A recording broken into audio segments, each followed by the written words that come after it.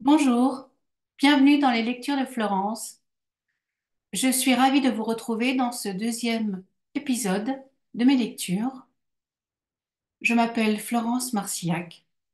Je suis l'animatrice, la créatrice, la productrice des podcasts Guérir en soi, où j'aborde notamment différentes thérapies avec de très belles personnes que j'ai rencontrées sur mon chemin, où vous pouvez aussi trouver des dialogues, des émissions où chacun raconte son chemin de guérison.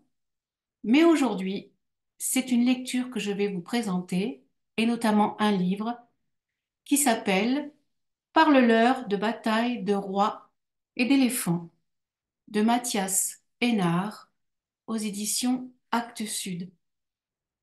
C'est un livre que j'ai beaucoup aimé parce qu'en fait, il part d'une période de 1506 où Michel-Ange, quand il débarque à Constantinople, c'est qu'il brave la puissance et la colère de Jules II, pape, guerrier et mauvais payeur, dont il a laissé un chantier, l'édification du tombeau à Rome. Mais comment ne pas répondre à l'invitation du sultan Bajazet qui lui propose, après avoir refusé les plans de Léonard de Vinci, de concevoir un pont sur la Corne d'Or. Ainsi commence ce roman, tout en frôlement historique, qui s'empare d'un fait exact pour déployer les mystères de ce voyage. Troublant, comme la rencontre de l'homme de la Renaissance avec les beautés du monde ottoman, précis et ciselé comme une pièce d'orfèvrerie, ce portrait de l'artiste au travail est aussi une fascinante réflexion sur l'acte de créer et sur le symbole d'un geste inachevé vers l'autre rive de la civilisation.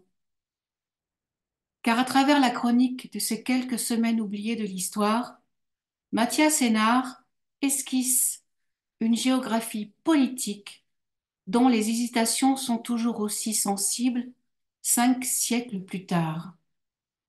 Alors j'ai choisi ce roman parce qu'évidemment ça nous met dans le monde de la Renaissance, dans le monde de l'art, qui peut-être à ce moment-là de l'histoire est incompris pour une grande majorité, mais c'est l'époque aussi des mécènes et notamment des puissants, des riches qui, qui se permettaient de pouvoir faire appel à ces artistes qui sont aujourd'hui évidemment mondialement connus, mais qui à l'époque étaient très peu connus des communs, on va dire, notamment connus surtout par les papes, la famille de Médicis bien évidemment, parce qu'elle est connue entre toutes. Et là, c'est vraiment l'histoire de Michel-Ange, artiste brut, artiste qui peut être aussi considéré comme désagréable, fermé, taciturne, mais reconnu pour son art. Donc je vais vous lire quelques extraits de ce très joli livre où en fait il est missionné donc à Constantinople pour ériger ce fameux pont. Le sobre Michelangelo s'est assoupi au creux des coussins et se réveille seul et angoissé dans son lit de bois. Des lambeaux de cauchemar lui scellent les paupières. Il se souvient vaguement que Messie et Manuel l'ont ramené dans une voiture ou une chaise à porteur et l'ont jeté sur son lit. La honte l'étreint, il serre les dents, tire sur sa barbe à l'arraché. La douleur des remords est telle qu'il se réfugie dans la prière. Mon Dieu, pardonnez-moi mes péchés. Mon Dieu, pardonnez-moi d'être auprès d'infidèles. Mon Dieu, libérez-moi de la tentation et préservez-moi du mal. Puis il se lève, chancelant, comme sortir du bateau dont il a débarqué quelques jours auparavant, et décide de rentrer à Florence au plus tôt. Sans doute a-t-il peur. Peut-être voit-il, penché au-dessus de lui, le pape furieux, brandissant l'excommunion. Il pense au jugement dernier. Autre extrait. C'est la deuxième nuit. Le feu projette ses lueurs orangées jusqu'à son épaule. Il n'est pas ivre. Tu es un enfant inconstant et passionné. Tu m'as contre toi, tu n'en profites pas. À quoi penses-tu? À qui? Tu n'as que faire de mon amour. Je sais qui tu es. On me l'a dit. Tu es un esclave des princes comme moi, des taverniers et des proxénètes. Peut-être as-tu raison. Peut-être le meilleur de l'enfance est cette rage obstinée qui nous fait briser le château de bois s'il n'est pas parfait, conforme à nos désirs. Je ne suis rien à côté de toi, c'est certain. Tu me fais trembler. Je sens cette force noire qui va tout briser sur son passage, tout détruire de ses certitudes. Tu n'es pas venu jusqu'ici pour me connaître. Tu es venu pour construire un pont, pour l'argent, pour Dieu sait quelle autre raison, et tu repartiras identique, inchangé, vers ton destin. Si tu ne me touches pas, tu resteras le même. Tu n'auras rencontré personne. Enfermé dans ton monde, tu ne vois que des ombres, des formes incomplètes, des territoires à conquérir. Chaque jour te pousse vers le suivant, sans que tu ne saches l'habiter vraiment. En fait, dans le fil de cette histoire où effectivement Michel-Ange est censé dessiner un pont, le construire, faire appel à des architectes et tout ce qui s'ensuit évidemment dans le chantier titanesque que cela représente. Mais dans ce livre aussi, il est question de relations amoureuses, d'amour, de manigance, de tout ce qu'on peut imaginer de ce qui se passait à l'époque. Et peut-être vous n'êtes pas sans savoir, a priori, que Michel-Ange avait des amours un peu différents de ce qu'on peut imaginer à l'époque. Mais cela lui appartient et je n'ai aucun jugement à émettre de ce côté-là. Mais c'est pour ça qu'il y a tous ces côtés où il rencontre en fait un homme autour du sultan et il y a toute cette histoire qui finalement n'en est pas une, mais l'intrigue est intéressante et voir comment Michel-Ange se comporte dans sa vie personnelle, dans sa vie privée, est intéressante aussi pour découvrir le personnage. Avant-hier, singe et éléphant, aujourd'hui fer, argent, laiton.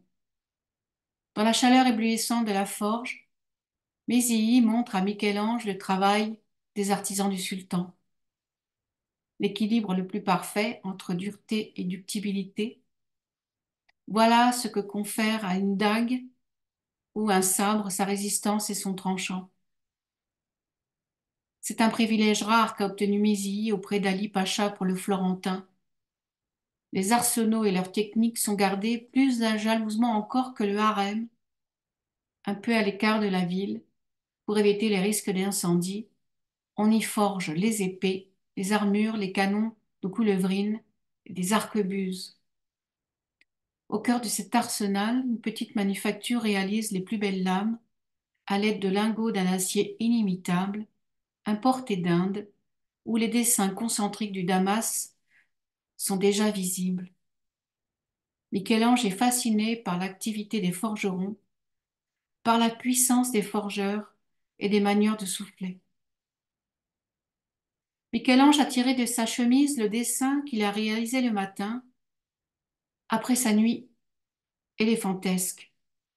C'est un poignard orné à lame droite, symétrique, sur l'axe de la garde, dans une proportion parfaite de l'ordre des 2/3. Le Syrien ouvre de grands yeux, fait comprendre à Esnézilly qu'il est impossible de réaliser une chose pareille, une arme païenne en forme de croix latine, que cela porte malheur en irritant Dieu. C'est pourtant une forme pure. Voilà, je m'arrêterai là sur ce livre et sur ces extraits qui s'appellent Parle-leur de bataille, de rois et d'éléphants de Mathias Hénard aux éditions Actes Sud. Je vous remercie de bien vouloir commenter cet épisode numéro 2 des lectures de Florence, de mettre des pouces. N'hésitez pas à partager. Si ce livre vous parle et vous donne envie, évidemment, je n'ai aucun droit et je ne touche rien des éditeurs et autres endroits où vous pourriez éventuellement le trouver. Mais ce livre incite à la rêverie, à l'imaginaire, à s'échapper sur des rives que moi personnellement je ne connais pas. Ça donne à rêver de paysages, de costumes, d'environnement, de beauté, de palais. Et j'ai vraiment passé un très très beau moment à découvrir cet auteur et cet ouvrage. Je vous remercie encore une fois pour votre écoute, pour votre accueil, d'avoir pris le temps de m'écouter, de me découvrir. N'hésitez pas à aller écouter les podcasts sur les différentes thérapies, les thèmes que j'aborde, comme la sophrologie, comme l'hypnose régressive et tout un tas de très très belles personnes que j'ai rencontrées depuis maintenant 2 ans et demi, 3 ans. Et puis l'aventure continue, mais je vous réserve d'autres surprises. Je vous dis à très bientôt et je vous remercie. Au revoir.